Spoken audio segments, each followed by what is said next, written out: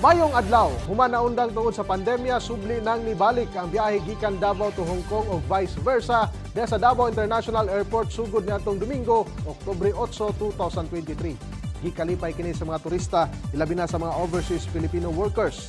Din alas 3:30 Domingo sa hapon, sakay sa flight number RW906. Itugpa sa Davao International Airport ang 43 ka mga pasahero gikan sa nasod Hong Kong. Taga niini mga Pinoy, dunaw sa mga Chinese o Amerikano. Personal silang isugat sa mga personahe sa Department of Tourism Region 11, City Tourism Operations Office, Davao City Chamber of Commerce and Industry Incorporated ug uban pa. Kinihuman nga subli nang gibalik ang Philippine Registered Budget Airline ang Davao Hong Kong direct flight din ang mga maong eroplano kayang makaakomodar ang tud 150 ka mga pasahero.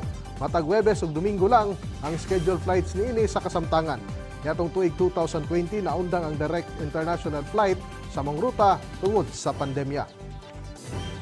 Dili lang siya for leisure. As we all know, Davao City is very much a MICE destination now, especially now, no? Makita nato we're very busy already.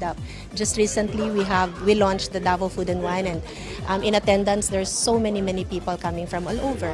So Davao is very ripe, and we're very happy that Royal Air decided to push through with this direct route to Hong Kong. So malaki ang tulong because it will foster more arrivals, diba, sa lugar natin. Hopefully soon meron din silang Davao to Malaysia, Brunei and Indonesia for the BIMP IAGA events naman.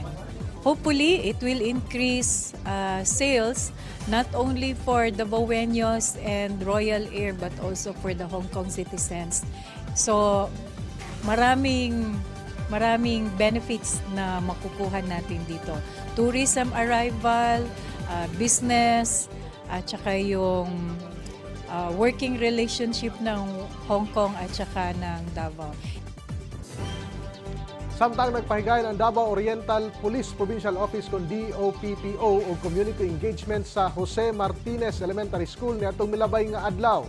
Tumong sa mga aktibidad nga mapakusgan pa ang seguridad sa matag pupil sa mga tulunghaan.